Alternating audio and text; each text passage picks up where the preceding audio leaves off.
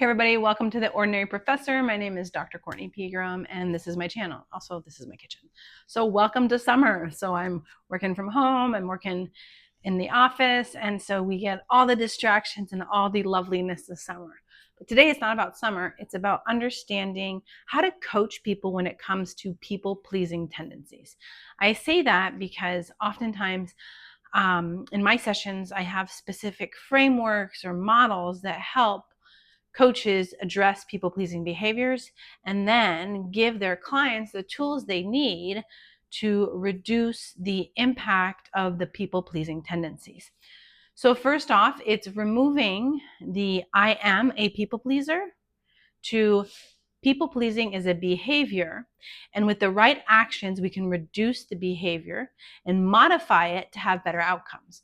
So the problems we often do is we label each other with behaviors and then we carry those labels. So I am a people pleaser then reinforces the behaviors that you're going to do things that create, I would say, chaos in your lives, because people-pleasing behaviors often is something you don't want to do. It can create cognitive dissonance. It can create disconnect, resentful. You can be begrudging. You can be curmudgeon. You can have all these feelings when it comes to people-pleasing tendencies because you're actually doing something for someone else, but not because you want to do it, but you feel the need to do it. Like it's almost like an impulse. So people-pleasing tendencies is a force of nature almost. It's like we want to feel validated by doing things for others so we feel better about ourselves.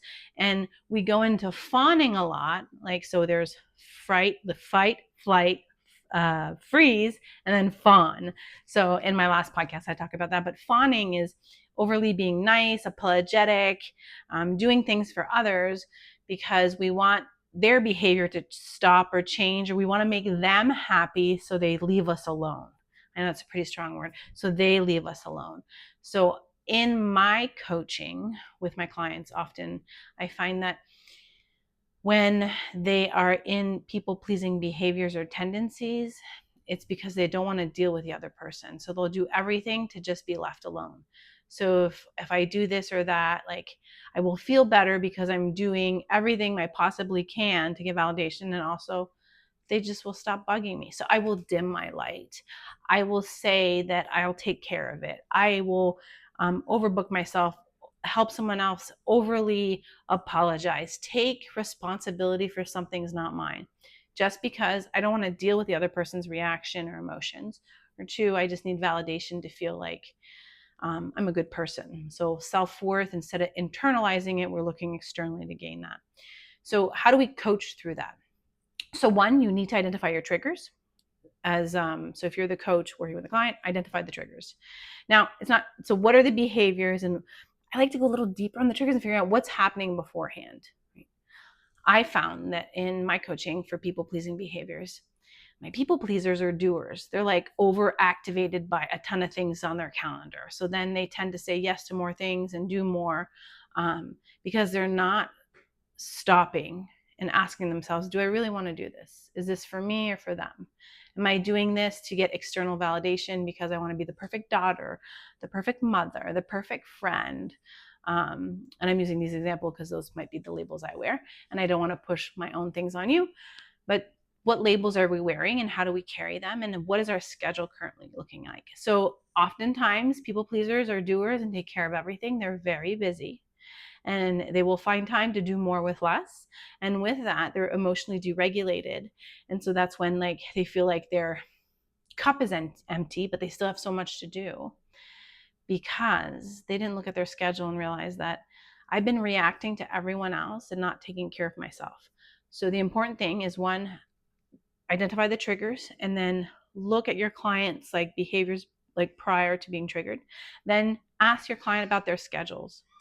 Are they overbooked? Are they overcommitted? So that's another way to explore. And then three, you want to figure out which type of environment, situation, or person is creating these triggers to move into these people-pleasing tendencies. And so with that information, I go into like inquisitive coach mode. It can really help you identify patterns of behaviors and start working on, one, regulating your client, two, identifying how to eliminate some of these negative work habits or things that are creating this chaos that then increases the triggers, that increases the people-pleasing tendencies, right?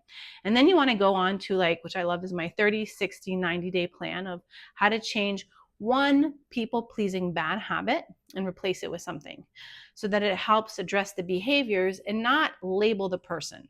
So let's recap what we learned today about coaching people pleasers, right? One is most important. You are not a people pleaser. It is a behavior you carry. It is something that you can discard. It is something you can replace with something else. It's not a part of who you are. You can change that, right? So removing the I am from the behavior. Right? And then secondly, it's identifying the triggers. What is triggering this people-pleasing tendencies, right? Environment, people around you. It could be situational, seasonal, right? Find those. Then 3, look at what happens prior to the trigger, like kind of have walk me through your day, walk me through this situation, gather as much information to see what is leading up to the trigger. And then lastly, look at the schedule and see if the person is overbooking themselves, overcommitting, right? And then explore that with your client, right? So you want to go through thoughts, feelings, and behaviors, then come up with a 30, 60, 90-day plan for one habit, right? Just one people-pleasing habit that the person wants to change. And so when you're creating that habit, right, so you want to take something and you want to replace it with something else. So find that and create like a 30, 60, 90.